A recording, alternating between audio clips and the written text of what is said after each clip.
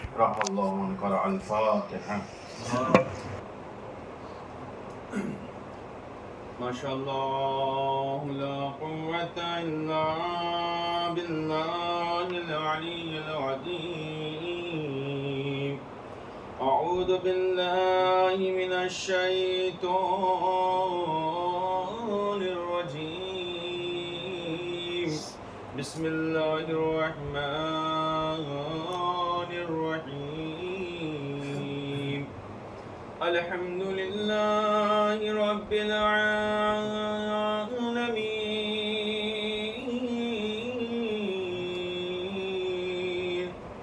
والجنة للموحدين، والنار للعاصين، والصلاة والسلام على أشرف الأنبياء والمرسلين، وخاتم النبيين،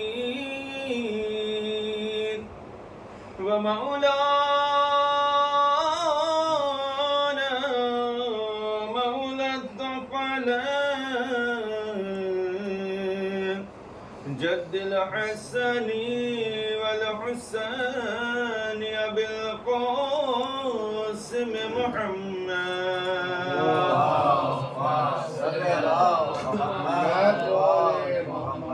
وآله الطيبين الطاهرين المعصومين المظلومين، ولعنة الله على أعدائهم أجمعين، من ليلنا هذا إلى يوم الدين. أما بعد، بسم الله الرحمن الرحيم. رب اشرح لي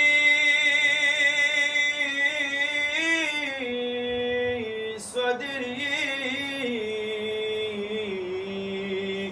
ويسر لي أمري، واحلل عقدة من لساني يفقهوا قولي. وقال الله تعالى الحكيم في القرآن الكريم. بسم الله الرحمن الرحيم. إن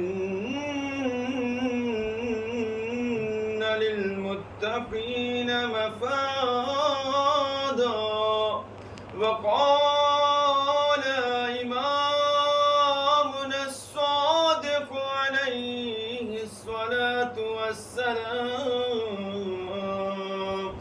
لا تقبل أعمال الأمة إلا بولايتنا أهل البيت. صلوات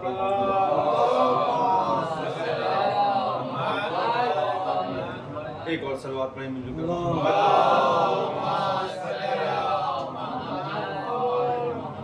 برائے سلامتی امام یاسر ارواحنا لہ الفدا. مل جل کر صلوات پڑھیں محمد.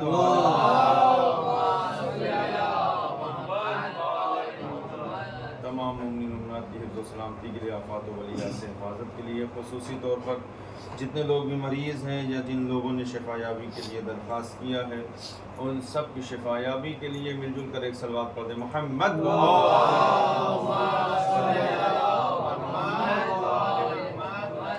ارباب دانش معزز سامعین کرام، اہل علم حضرات، پروردگار عالم کا لاکھ لاکھ احسان ہے، اس کا شکر ہے کہ اس نے ہمیں ایک مرتبہ پھر سے اس فرش اعضاء کی برکتوں اور نعمتوں کو حاصل کرنے کی توفیق عطا فرمائے. یقینی طور پر یہ ماہ محرم الحرام 1445 ہجری اور جس میں ہم سانسیں لے رہے ہیں، اپنے مولا و آقا کا تذکرہ کر رہے ہیں، جگہ جگہ مجلسوں کا انعقاد ہے، جلوس اور تعزیے اور مجالس اور پروگرامز ہو رہے ہیں۔ خداوند عالم سے دعا ہے کہ دنیا میں جس کونے میں بھی سید الشہداء کا لوگ تذکرہ کر رہے ہیں، ذکر کر رہے ہیں، ان کی آل اولاد، ان کی جان مال، بچوں کی حفاظت فرمائے، کیونکہ یہ وہ ذکر ہے، یہ وہ برکت ہے کہ ہر زمانے میں جس کو روکنے کی کوشش کی گئی اور اس چیز کو مومنین کے لیے، مومنین کو اس سے دور کرنے کی کوشش کی گئی تاکہ وہ اس ذکر سے دور رہیں اور فرش عذاب پر نہ آنے پائیں۔ لیکن تاریخ گواہ ہے کہ جیسے جیسے ہی لوگوں نے اس کو روکنے کی کوشش کی ہے، ویسے یہ فرش عذاب اور زیادہ گشادہ سے گشادہ تر ہوتا چلا گیا، یہاں تک کہ آج کے زمانے میں اگر آپ دیکھیں تو پوری دنیا کا اگر آپ اندازہ لگائیں تو کرۂ زمین پر شاید کوئی ایسی جگہ، ایسی زمین باقی ہو کہ جہاں پر یہ ذکر اور یہ تذکرہ نہ ہو رہا ہو۔ دنیا میں سب سے زیادہ اس وقت اگر کوئی تذکرہ ہو رہا ہے تو وہ ذکر حسین ہے اور نام حسین لیا جا رہا ہے۔ یہ ہم نہیں کہہ رہے ہیں، یہ دوسری طاقتیں کہہ رہی ہیں، اور یہ وہ لوگ کہہ رہے ہیں کہ جو نام حسین کو دبانا چاہ رہے ہیں، نام حسین کو مٹانے کی کوشش کر رہے ہیں۔ یہ ان کا کہنا ہے کہ آج کے زمانے میں، آج کے اس دور میں سب سے زیادہ اگر کسی نام کو بولا جا رہا ہے، سب سے زیادہ اگر کسی نام کا تذکرہ کیا جا رہا ہے تو وہ یہ نام حسین ہے۔ کیوں نہ ہو، اس نام کی برکت ہی اتنی زیادہ ہے کیونکہ اس شخصیت نے اپنے آپ کو خدا سے مخصوص کر لیا۔ اب لہٰذا خداوند عالم کی ذات لازوال ہے، کبھی ختم ہونے والی نہیں ہے، خدا ہر جگہ موجود ہے، تو اب اس پر لازم و ضروری ہے کہ جہاں جہاں تک اس کی حکومت ہے، جہاں جہاں تک اس کا تذکرہ ہے، جہاں جہاں تک اس کی قدرت ہے، جس نے اس کے دین کو بچایا ہے، اس کا نام بھی وہاں وہاں تک پہنچنا چاہیے۔ صلوات پڑھیں محمد وعلیہ۔ میں نے کل اسی موضوع کے تحت کہ جس میں ولایت اہل بیت اطہار علیہ السلام راہ نجات، اس کے سلسلے میں کچھ مفروضات کو آپ کے سامنے پیش کرنے کی سعادت کو حاصل کیا ہے، اور آج کی اس مجلس میں انشاءاللہ آگے کی کچھ بحثوں کو آپ کے سامنے بیان کرنے کی کوشش کروں گا، اور انشاءاللہ یقین جانیں کہ کامیاب ترین وہ مجلس ہے کہ جس سے ائمہ معصومین علیہ السلام راضی و خوشنود ہوں، اور یہ بات طے ہے کہ ہم جو ان کا ذکر کر رہے ہیں، ان کے لاڈلے کا، ان کے فرزند کا تذکرہ کر رہے ہیں، تو شہزادی بھی سن رہی ہیں، ائمہ اہل بیت بھی سن رہے ہیں، پیغمبر اسلام بھی ہیں، اور تو اور وقت کا امام وہاں ہوتا ہے جہاں پر حسین کا تذکرہ ہوتا ہے۔ اور یہ اگر عقیدہ ہے تو پھر آپ یقین جانیں کہ ہمارا ہر وہ فعل، ہر وہ کام، ہر وہ تذکرہ، ہر وہ نوحہ، ہر وہ قصیدہ، ہر وہ مجلس، ہر وہ سوچ قابل قبول ہے کہ جس میں امام بیٹھ کر ہماری تائید فرما رہے ہیں۔ حضرات تصور کریں یہ کتنا عظیم مرتبہ ہے ہمارے لیے کہ ہم امام کی موجودگی میں، معصومین کی موجودگی میں، ائمہ طاہرین کی موجودگی میں، ائمہ کرام کی موجودگی میں، انبیاء کرام کی موجودگی میں حسین مظلوم کا تذکرہ کر رہے ہیں۔ یہ کم سعادت نہیں ہے، بڑوں کے سامنے ہم بڑوں کا تذکرہ کر کے خود بڑے ہو جاتے ہیں۔ صلوات پڑھے محمد وعلیہ۔ ایک اور اس سے بہتر انداز میں صلوات پڑھے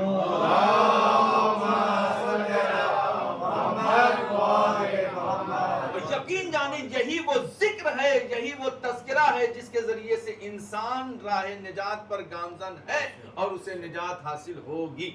اور اگر اس تذکرے کو چھوڑ دے اور اس ذکر سے دور ہو جائے تو یقین جانے اسے نجات نہیں مل سکتی ہے، وہ دوراہے پر مشغول ہو کر رہ جائے گا، اسے نجات حاصل نہیں ہو سکتی ہے، وہ اس راستے کو نہیں حاصل کر سکتا ہے کہ جس پر چلنے کے بعد انسان کو کامیابی حاصل ہو۔ کیونکہ متقین کے لیے قرآن نے کہا ہے اِنَّ لِلْمُتَّقِينَ مَفَازًا، جو متقین ہوں گے وہ کامیابی کی منزل پر گامزن ہیں، انہیں کامیابی ملے گی، انہیں فتح کہاں ملے گی؟ ان کے ساتھ کامیابی، بڑی توجہ چاہتا ہوں، ان کے لیے کامیابی ہے۔ امام سے پوچھا کہ متقین کسے صحیح معنوں میں کہا جاتا ہے؟ امام نے فرمایا صحیح معنوں میں متقی وہ ہے کہ جس کے دل میں ہماری ولایت و محبت پائی جاتی ہے۔ صلوات پڑھے محمد والے۔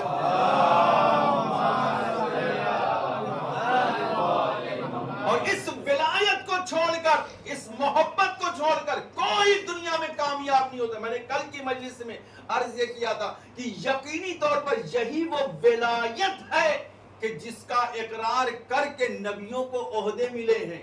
بڑی توجہ چاہتا ہوں، بڑی ذمہ داری سے میں اس چیز کو پیش کرنا چاہ رہا ہوں کہ انبیاء کو اس کے عہدے ملے ہیں، لوگوں کو مقام و مرتبہ حاصل ہوا ہے۔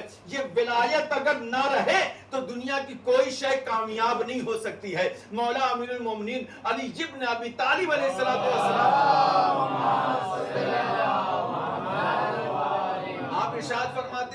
آپ فرماتے ہیں کہ خداوند عالم نے دنیا کی ہر شے سے جتنی بھی مخلوقات ہے، خدا نے ہماری سب سے پہلے ہماری ولایت و محبت کا اس سے اقرار کروایا ہے۔ بڑی توجہ کریے گا، آج کی مجلس اگر ہم نے آپ تک اس کو منتقل کر دیا تو یقین جانے میں اپنے مقصد میں کامیاب ہوں کہ مولا فرماتے ہیں کہ خداوند عالم نے جتنی اشیاء کو زمین پر پیدا کیا، آسمان پر خلق کیا ہے، ہر چیز سے سب سے پہلے اس نے ہماری ولایت کا اقرار کروایا۔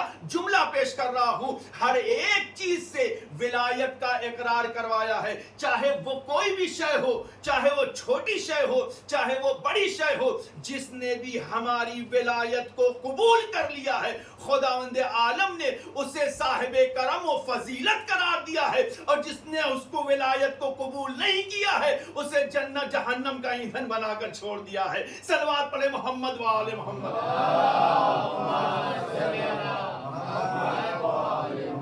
ایک اور صلوات پڑھیں مل جل کر، محمد و آل محمد۔ ہر چیز سے ہماری ولایت کا اقرار کروایا گیا ہے، جتنی بھی مخلوقات ہیں۔ اب فرشتوں سے باری آتی ہے، فرشتوں سے تذکرہ کریے، انبیاء سے تذکرہ کریے، اس کے بعد اس کی مخلوقات کا تذکرہ کریں۔ صلوات پڑھیں مل کر، محمد و آل محمد۔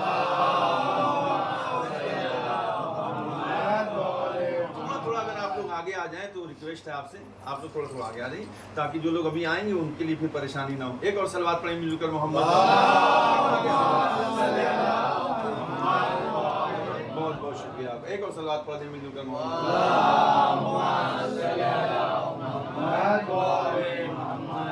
خداوند عالم نے ہر چیز سے ہماری ولایت کا اقرار کروایا۔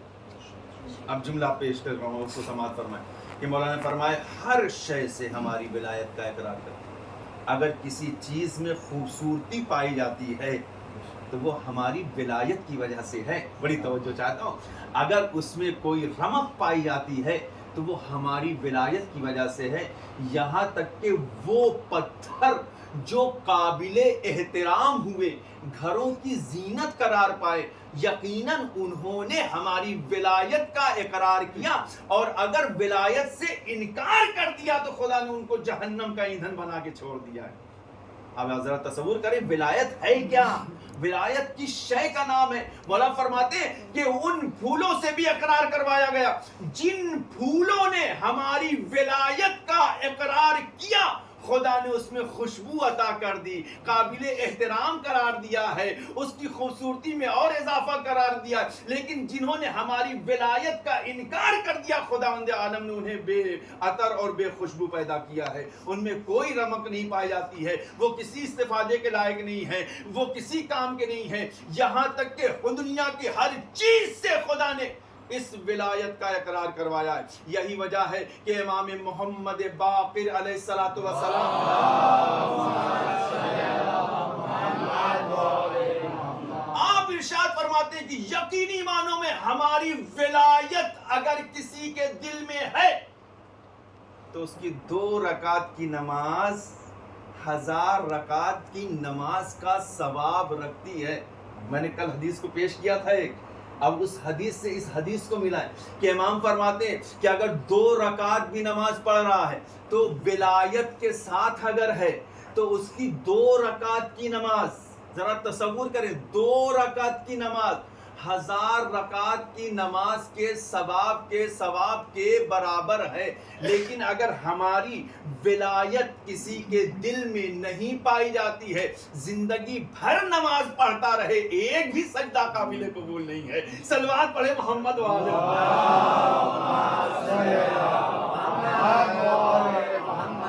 یا علی اگر تمہاری ولایت نہیں ہے، زیارت پڑھتے ہیں آپ لوگ، ہم سب زیارت پڑھتے ہیں، زیارت عاشورہ پڑھتے ہیں، زیارت اربعین پڑھتے ہیں، کبھی غور سے پڑھیں زیارت کو، اس کا ٹرانسلیٹ دیکھیں، اس کا ترجمہ دیکھیں۔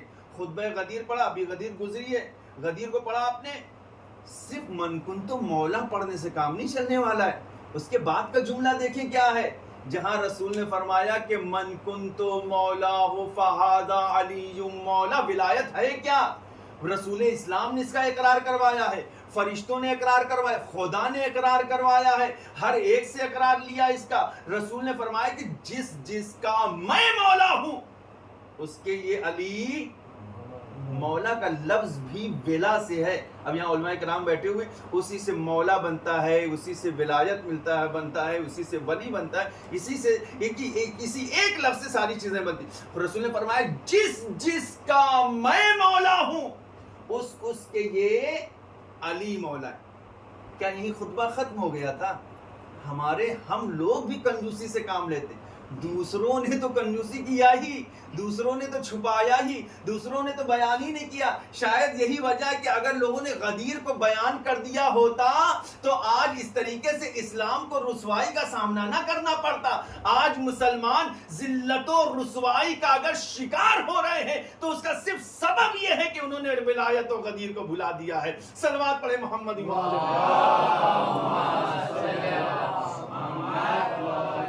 اس کے بعد کا جملہ کیا ہے؟ اصل جملہ وہ ہے کہ من کنت مولا ہو فہذا علی مولا، جس کا میں مولا ہوں اس کے یہ علی مولا ہے۔ اس کے بعد کا جملہ اللہم والی من والاہ وعاد من آداہ، اے میرے پروردگار، والا یہ بھی ولی سے ہے، یہ بھی ولایت کے لفظ سے ہی ہے، اے میرے پروردگار تو اس کو دوست رکھنا جو علی کو دوست رکھے۔ جملے کو پلٹ کے کہوں میں، اے میرے پروردگار تو اس کو دوست رکھنا جس کے دل میں ولایت علی ابن ابی طالب پائی جائے، اور تو اس کو دشمن رکھنا کہ جس کے دل میں ان کی ولایت نہیں پائی جاتی ہے، ان کی محبت نہیں پائی جاتی ہے۔ پتہ چلا رسول نے غدیر میں اس چیز کو معین کر دیا تھا کہ خدا کی رضایت اور ناراضگی سب ڈیپینڈ ہے ولایت علی ابن ابی طالب سے۔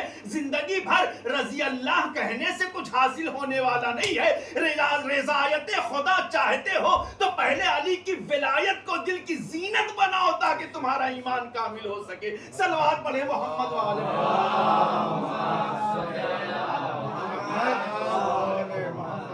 یہ ولایت وہ موضوع ہے یقینی معنوں میں جسے پہچاننے کی اور بتانے کی ضرورت ہے، اور ہمیں سکھانے کی ضرورت ہے، بچوں کو سمجھانے کی ضرورت ہے کہ یہ ہے کیا، امامت اور ولایت اور یہ رسالت، یہ توحید، یہ کس سبجیکٹس کا نام ہے۔ یہ پورے بڑے بڑے سبجیکٹس ہیں، اس کو بتانے کی ضرورت، سکھانے کی ضرورت ہے تاکہ ہم توحید کو سمجھ سکیں، نبوت کو سمجھ سکیں، ولایت و امامت کو سمجھ سکیں، قیامت کو سمجھ سکیں۔ یقین مانے اگر ہم نے کہیں سے بھی کوئی کوتاہی کیا، ہم یہ چاہتے ہیں کہ خدا کو پہچان لیں، تو ہم انڈائریکٹ والے نہیں ہیں، ہم ڈائریکٹ پہنچنے والے نہیں ہیں، لوگوں میں سے ہیں کہ بغیر سیڑھی کے ہم پھلانگ کر کہیں اور پہنچ جائیں۔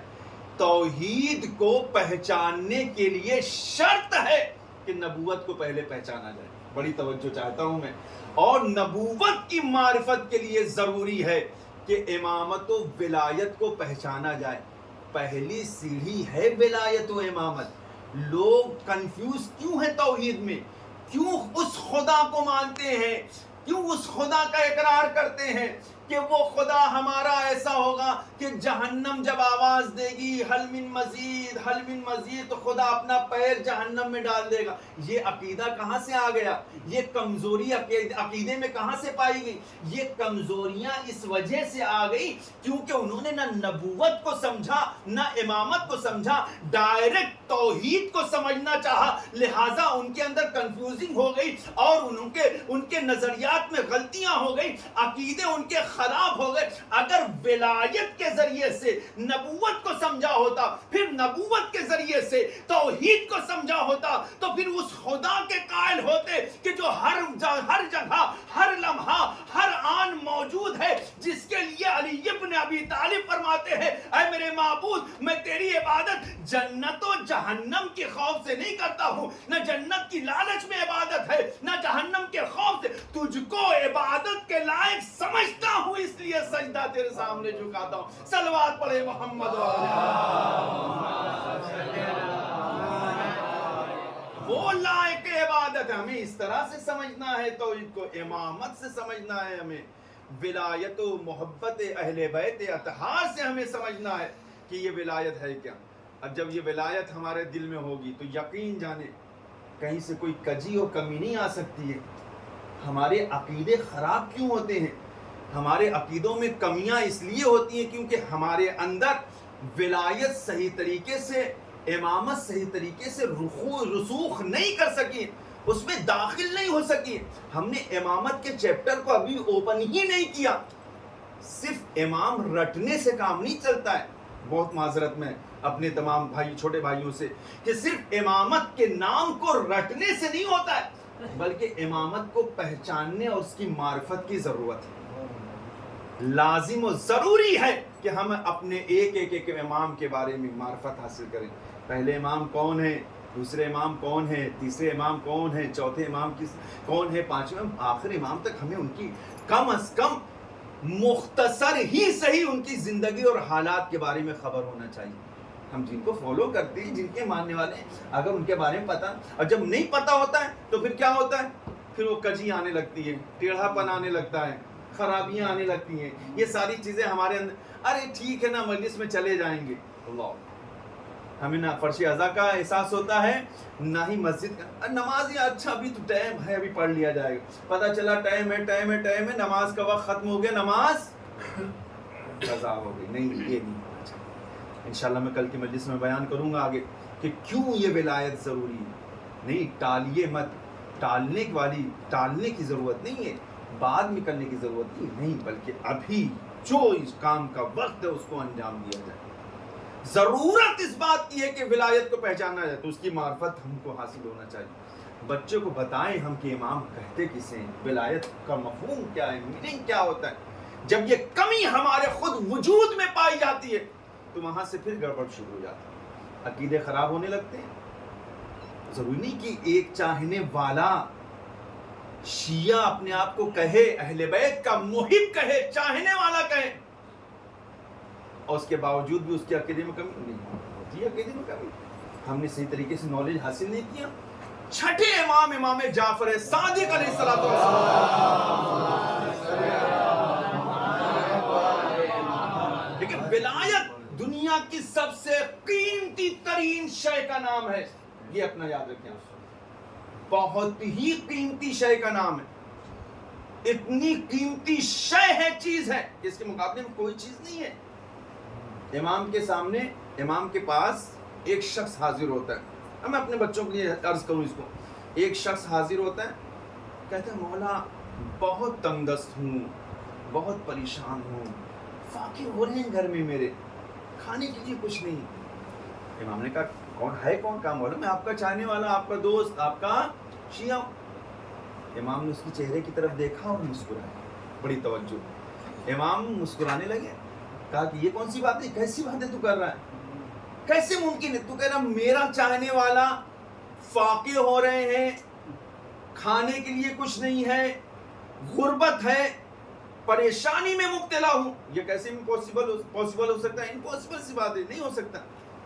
مولا میں کہہ رہا ہوں میرے پاس کچھ نہیں ہے. کہا کہ تیرے پاس تو بہت کچھ ہے. توجہ کریں، امام نے فرمایا تیرے پاس تو بہت کچھ ہے، بہت بڑی دولت ہے. کہا کہ نہیں مولا میرے پاس کچھ بھی نہیں، اگر ہوتا تو میں کھانے پینے کے لیے اتنی زیادہ پریشانیاں نہیں ہوتی. مولانا نے فرمایا کہ نہیں، تیرے پاس ایک بہت قیمتی شے ہے، کیا تو اسے فروخت کرنے کے لیے تیار ہے؟ بڑی توجہ. آپ فرما رہے تو ہوگی میرے پاس، مگر مجھے تو نالج نہیں، مجھے تو علم نہیں اس کے بارے میں. کہا کہ ہاں ہے تیرے پاس. بڑی توجہ میرے جوانوں.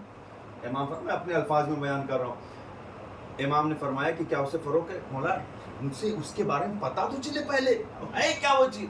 کہ وہ ایک چیز اتنی قیمتی ہے کہ زمین کی ساری چیزوں کو اس کے عوض میں دیا جائے تو بھی کم ہے.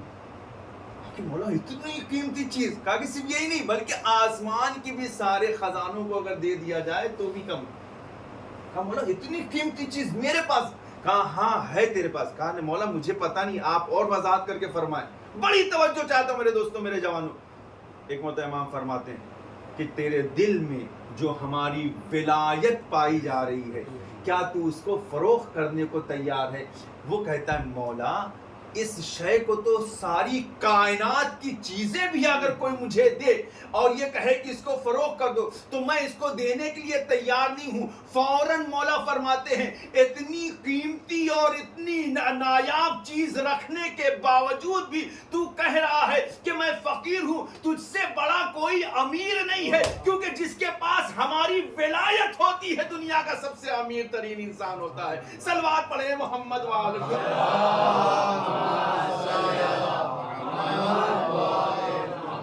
ایک اور صلوات پڑھیں مل جل کر.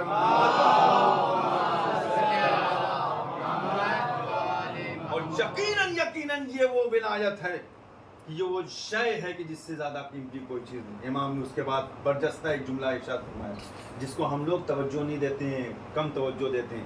آج کی مجلس میں میں اسے عرض کروں، اس کے بعد میں رفع مسائل دوں. کہ یقینی طور پہ امام فرماتے جانتے ہو امپاسبل سی بات ہے کہ اگر کوئی شخص ہمارا تذکرہ اپنے گھر میں کرے اور اس کے گھر میں غربت. یہ میرے جملے نہیں ہیں، امام فرمایا. مولا کیسے؟ امام نے فرمایا کہ وہ اس طریقے سے کہ جہاں پر بھی، جس جگہ پر بھی ہمارا ذکر ہوتا ہے رحمت و نعمت کے فرشتے اس جگہ پر نازل ہوتے ہیں. جہاں پر رحمت کے فرشتے نازل ہوں وہاں سے مشکلات و پریشانیاں دور ہو جاتی. ایک وقت میں ایک ہی چیز ہو سکتی ہے، دو چیزیں نہیں ہو سکتی ہیں. یا ظلمت ہوگا یا نور ہوگا، یا پریشانیاں ہوں گی یا آسائش ہوگی. یہ دونوں چیز ایک ساتھ نہیں ہو سکتی. اب جب نور آ گیا، جب نعمت آ گئی، جب رحمت آ گئی تو مشکلات و ظلمات و پریشانیاں وہاں سے ختم ہو جایا کرتی ہیں. اگر چاہتے ہو کہ تمہارے گھروں میں برکتیں ہوں، نعمتیں نازل ہوں تو ہمارا تذکرہ اپنے گھر میں کرو، اس میں برکتوں کا نزول ہوگا. صلوات پڑھیں محمد اور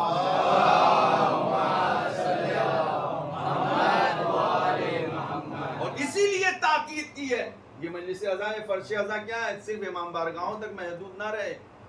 صرف یہ نہیں کہ مجلسیں وہاں پر ہوں گی، حسینیہ میں ہوں گی، امام بارگاہ میں ہوں گی، نہیں، ہر گھر میں فرش اذان بچنا چاہیے.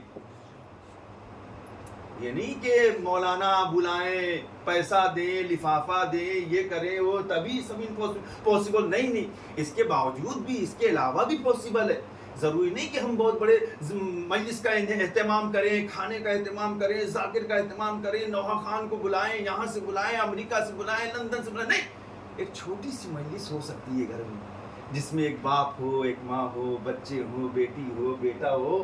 اور اگر کچھ نہیں پڑھنے آتا ہے، ہمارے پاس تو خزانے ہیں، خزانے، خزانوں کی کمی نہیں ہے، پہچاننے کی ضرورت ہے ہمیں. اگر کچھ نہیں ہے ہمارے پاس، مولانا کیا آپ مجلس نہیں پڑھنے آتی؟ کس نے کہا آپ سے مجلس پڑھنے کے لیے مت پڑھیے؟ سب سے بہتر مجلس کیا ہے؟ زیارت عاشورہ پڑھیے آپ گھر میں، مکمل کمپلیٹ مجلس ہے. اور اس سے اور بہتر مجلس چاہتے ہیں تو آپ دعائے ندبہ اٹھائیے. اور پورے دعوے سے میں کہہ رہا ہوں. اچھا میں آپ سے میں اس چیز کو بیان کرنے سے پہلے بس 2 منٹ اس کو بیان کروں کہ یہاں پہ علماء کرام بیٹھے میری تائید فرمائیں گے. ایک کمپلیٹ مجلس میں ہوتا کیا ہے؟ آپ کا تصور، ہو سکتا ہے میں غلطی کہوں، مجھے آپ میری اصلاح کریے گا اگر میں نے غلط کہا. ایک کمپلیٹ مجلس کا میننگ کیا ہوتا ہے؟ کیسی مجلس کمپلیٹ ہوتی؟ جس میں تلاوت قرآن ہو، حدیث قصہ ہو، ہمارے ہاں جو ہوتا ہے، اور اس کے بعد جو مجلس شروع ہو، خدا کا ذکر ہو، حمد ہو، نعت ہو، اہل بیت اطہار علیہ الصلوۃ والسلام فضیلتیں بیان ہو، ان کی سیرت بیان ہو، اور اس کے بعد ان کی حدیثوں کو ایکسپلین کیا جائے، اس کو بیان کیا جائے، پھر اس کے بعد ان کے اوپر ظلم ہوئے جو اس کو بیان کیا جائے، مصائب کا تذکرہ ہوتا ہے، نوحہ ہوتا ہے، گریہ ہوتا ہے، ماتم ہوتا ہے، اور اس کے بعد کیا؟ دعا، ختم مجلس۔ یہ تو کمپلیٹ مجلس ہے نا، اسی کو تو کمپلیٹ مجلس کہتے ہیں۔ آپ دعائے ندبہ اٹھائیے، اس میں دیکھیں کس طریقے سے مجلس کا آغاز ہوتا ہے۔ پہلے خدا کی تعریف ہے، پھر اس کے بعد حمد ہے، پھر ثنا ہے، پھر اس کے بعد اہل بیت اطہار علیہ الصلوۃ والسلام کی ایک کر کے فضیلتوں کو بیان کیا گیا۔ اور دعائے ندبہ میں بھی سب سے زیادہ فضیلت جس کی بیان کی گئی ہے وہ علی ابن ابی طالب کی بیان ہوئی۔ صلوات پڑھیں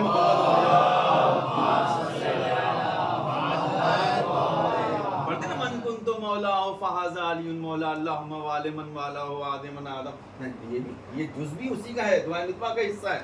ہاں، اس میں فضیلتوں کو بیان کیا گیا، ان پہ فضیلت، ان میں فضیلت، ان پہ فضیلت، ساری چیزوں کو بیان کرنے کے بعد پھر اس کے بعد ان کے اوپر ہونے والی مصیبتیں، اس کا تذکرہ، کربلا کا تذکرہ، ہاں، اور اس کے بعد جو پھر دعا، اور اس کے بعد جو ختم مجلس، ایک کمپلیٹ مجلس۔ ہمیں کچھ نہیں پڑھنے آتا تو کہنے کا مطلب یہ، مفہوم یہ، جو حدیث کے ساتھ نہیں پڑھ سکتے، دعائے ندبہ اٹھائیے، اور دعائے ندبہ کی گھر میں سب کے ساتھ مل کے تلاوت کریں، اور کمپلیٹ مجلس ہوگی، وہ مجلس میں بھی جناب سیدہ سلام اللہ علیہ تشریف لائیں۔ ہر گھر میں عذاب ہونا چاہیے۔ بس میں نے مجلس خدا ہم سب کو توفیق دے ذکر اہل بیت اطہار، اور زیادہ سے زیادہ جہاں پر بھی مجلس ہو، تذکرہ ہو، وہاں پر شامل ہونے کی کوشش کریں، ہر جگہ پہنچنے کی کوشش کریں۔ کہاں سے کون سی برکت ہمیں مل جائے۔ آج 2 محرم ہو گئی، حضرت تصور کریں، ہمارے گریہ کرنے کے لیے یہی بہت ہے کہ آج 2 محرم حسین کا قافلہ کربلا کی طرف،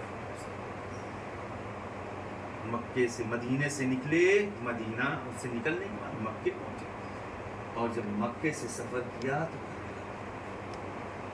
یہی وہ قافلہ ہے کہ جب مکے پہنچے جناب مسلم کو کربلا کی طرف جب سفر ہے تو اسی راستے میں اثنا میں جناب مسلم کی شہادت کی خبر ہے، مولا نے آنسو بہایا، ماتم کیا، اور یہی وہ قافلہ ہے دھیرے دھیرے اپنی منزل کی طرف گامزن ہے۔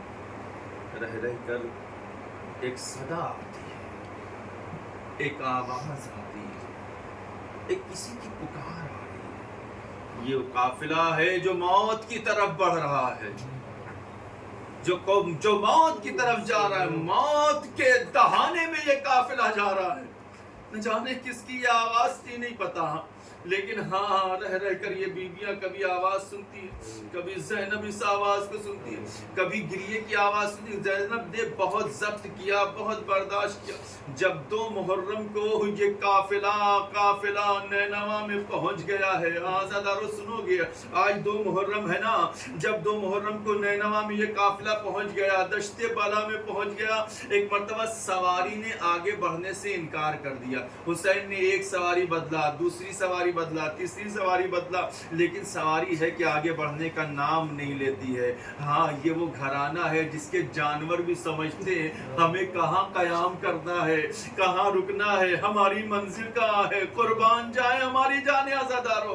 ایک مرتبہ حسین نے عباس سے علمدار سے کہا، اے میرے شیر عباس، اب ہم یہیں قیام کریں گے، ہماری آخری منزل ہے یہی عباس، ہماری آخری منزل ہے۔ ہاں آزادارو، ایک مرتبہ حسین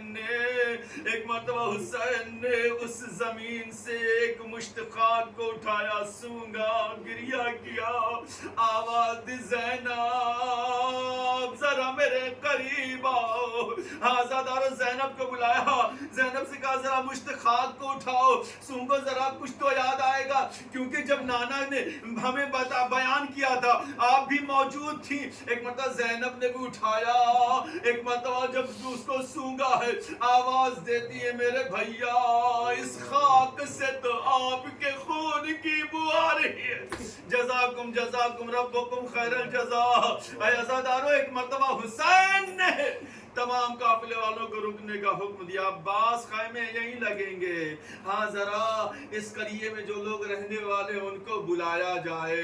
ہاں عزادارو، قبیلہ بنی اسد کے لوگوں کو بلایا گیا۔ حسین نے سارے لوگوں کو جب جمع کیا، حسین پوچھتے ہیں کیا تمہارے بچے بھی ساتھ آئے ہیں؟ قبیلہ بنی اسد کے سردار نے کہا ہاں آقا و مولا، ہمارے بچے بھی، عورتیں بھی آئی ہیں۔ کہا عورتیں بھی آئی ہیں۔ ہاں عزادارو سمجھے حسین کی آنکھوں میں آنسو ہے۔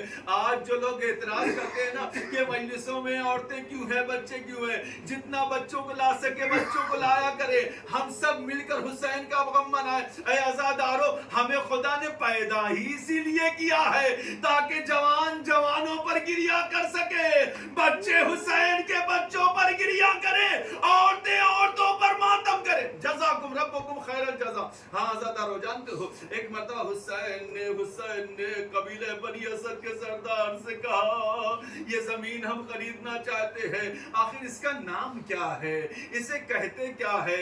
ہاں عزادارو سنو گے، کسی نے کہا مولا اسے شت فرات کہتے ہیں۔ حسین نے کہا نہیں کچھ اور نام بھی تو ہوگا۔ کہا مولا اسے نینوا کہتے ہیں۔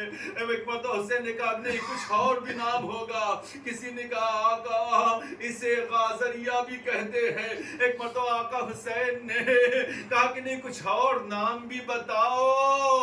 حسین کچھ اور سننا چاہتے تھے۔ پیچھے کھڑا ہوا ایک ضعیف انسان اپنی کمر پہ ہاتھ رکھے ہوئے جھکا ہوا، ایک مرتبہ کمر پہ ہاتھوں کو رکھ کر سیدھے ہو کے کہتا ہے اے فرزند رسول حسین، پتا ہے اس زمین کا ایک اور نام ہے، اسے کرب اور بلا بھی کہتے ہیں۔ حسین نے سر پہ ہاتھ رکھا، ہاں تو نے سچ کہا، یہی کرب و بلا۔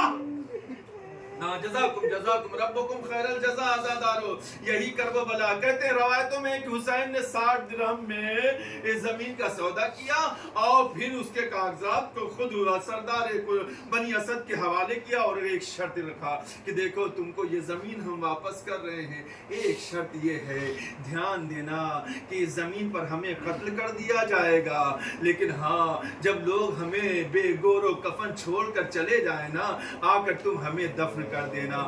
اور ایک مرتبہ عورتوں کو جمع کیا، دیکھو اگر تمہارے مرد میں غیرت ختم ہو جائے، خوف اور ڈر کے مارے ہمیں دفن نہ کر سکے تو تم آ کے ہمیں دفن کر دینا۔ ایک مرتبہ بچوں کو بلایا، سینے سے لگایا، کہا ہے میرے بچوں دیکھو اگر تمہارے ماں باپ کسی مصلحت کی بنا پر ہمیں دفن نہ کر سکے نا تو کھیلنے کے بہانے سے آنا، ایک ایک مشت خاک ہم پر ڈالتے جانا۔ ہاں جزاکم ربکم خیر الجزا۔ خدا آپ سب کو عاشور کے دن کربلا لے کر جائے، آپ مولا کی زیارت کے لیے جائیں، ایک منظر عجیب سا دیکھیں گے۔ آج بھی قبیلہ بنی اسد کے لوگ عاشور کے دن آتے، سر پہ خاک ڈالتے، اے مولا ہم آپ کا دفن کر۔ جزاکم ربکم خیر الجزا۔ خدا کوئی غم نہ دے سوائے غم سید الشہداء کے۔ اے عزادارو بڑا عجیب مرحلہ تھا۔ ایک مرتبہ حسین نے گریہ کرنا شروع کیا۔ ہاں عزادارو جانتے ہو حسین گریہ کر رہے ہیں۔ ہاں ایک مرتبہ زینب نے فضہ سے کہا اے فضہ ذرا میرے بھیا کو مجھے پاس بلا دو۔ فضہ خیمے سے نکل کر آقا حسین کے پاس آتی کہتی آقا اے آقا شہزادی نے آپ کو بلایا ہے۔ عزادارو جانتے ہو ایک مرتبہ حسین اپنی بہن زینب کے قریب آتے، مصائب تمام ہو گئے۔ عزادارو محرم مصائب کا نام ہے نا، گریے میں کمی نہ کرنا عزادارو۔ ہاں ایک مرتبہ حسین زینب کے قریب آ کر خاک پر بیٹھتے، زینب بھی فرش خاک پر بیٹھی ہوئی ہے۔ اے میرے ماں جائے ایک بات تجھ سے کہنا ہے۔ ہاں کہو میری بہنا، آخر کہنا کیا چاہتی ہو؟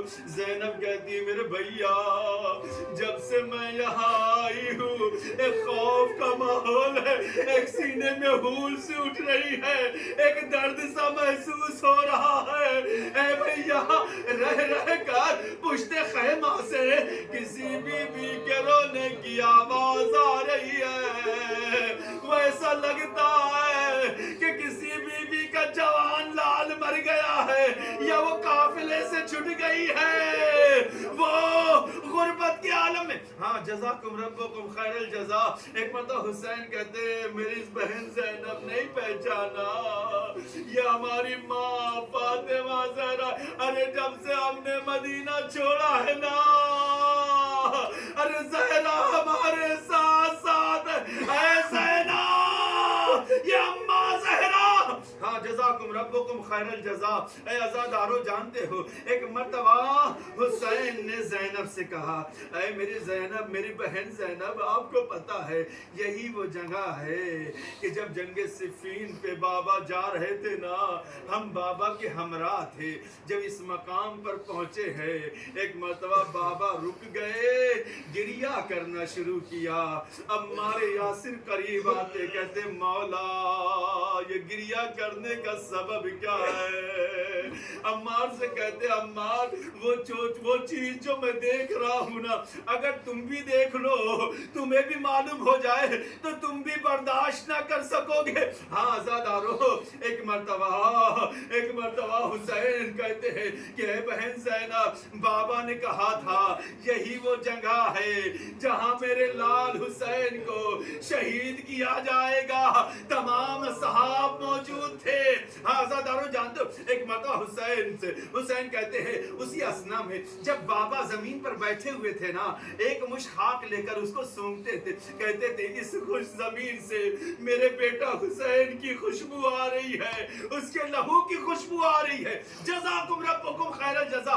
اے عزادارو آخری جملہ ہے. ہاں ایک مرتبہ مولا کہتے ہیں کہ اب مجھے نیند کا غلبہ ہے، میں یہاں کچھ دیر آرام کرنا چاہتا ہوں. عمار یاسر آگے بڑھتے ہیں مولا بستر لگا دوں؟ کہتے نہیں عمار بستر کی ضرورت نہیں ہے. ایک مرتبہ مالک اشتر کہتے ہیں مولا میں کیا تکیہ لا کے دوں؟ کہتے نہیں مالک مجھے کسی ایسی چیز کی ضرورت نہیں ہے. امام حسن آگے بڑھتے ہیں بابا اگر آپ کہیں تو میں چادر لگا انتظام کروں. کہا نہیں میرے لال مجھے یوں ہی آرام کرنے دو. اے عزادارو حسین فرماتے بابا کی کچھ دیر کے لیے آنکھ لگی. جب آنکھ بابا کی کھلی آنکھوں میں آنسو تھا. عمار بغل بیٹھے ہوئے تھے، مالک اشتر بیٹھے ہوئے ہیں، بھیا حسن بیٹھے ہوئے تھے، میں ان کے قریب بیٹھا ہوا تھا. ایک مرتبہ مولا کہتے ہیں کہ میری آنکھ لگی، میں نے خواب میں خون کا ایک دریا دیکھا. اس خون کے دریا میں نے دیکھا میرا لال حسین کبھی اوپر آتا ہے، کبھی نیچے جاتا ہے، کبھی نکلتا ہے، کبھی اس دریا میں ڈوبنے لگتا ہے. ایک مرتبہ میں نے خواب میں دیکھا کچھ دیر کے بعد میرا لال حسین نظر نہ آیا. ایک مرتبہ میں اپنے لال کو تلاشی کر رہا تھا، فضا میں ایک آواز گونجی الا قد قتل الحسین بے کربلا، الا قد ذبح الحسین بے کربلا. یہ کہنا تھا. ایک مرتبہ میرے بابا نے مجھے سینے سے لگایا، اے میرے لال حسین. 61 ہجری کا زمانہ ہوگا، 3 دن کا بھوکا و پیاسا تجھے اسی سرزمین پر شہید کیا. انا للہ و انا الیہ راجعون. رضا بقضائہ وتسلیما لامر یا اللہ یا اللہ یا اللہ یا حمید یا محمود بحق محمد یا علا بحق علی یا فاطر بحق فاطمہ یا محسن بحق الحسن یا قدیم الحسان بحق الحسین العطشان وبحق الأئمة التسعة الطاهرين من ذرية الحسين علیہم الصلاۃ والسلام. بار الہ ہماری اس مختصر سی عبادت کو قبول فرما. اے میرے اللہ جہاں کہیں بھی عزاداران سید الشہداء ان کی جان مال عزت و آبرو ان کی ناموس اور بچوں کی حفاظت فرما خدایا ہم میں جو بھی پریشان حال ان کی مشکلات و پریشانیوں کو دور فرما جو بھی مقروض ہم کے قرضوں کو از غیب ادا فرما جو بھی بیمار ہیں انہیں شفاء کامل و عاجل عطا فرما خدایا ہماری ہماری سزاداری کو امام وقت کی خدمت میں قبول فرما اے میرے اللہ آخری حجت کے ظہور پر نور میں تعجیل فرما ان کے آوان و انصار میں شمار فرما ربنا تقبل منا انك انت السمیع العلیم ماتم حسین یا حسین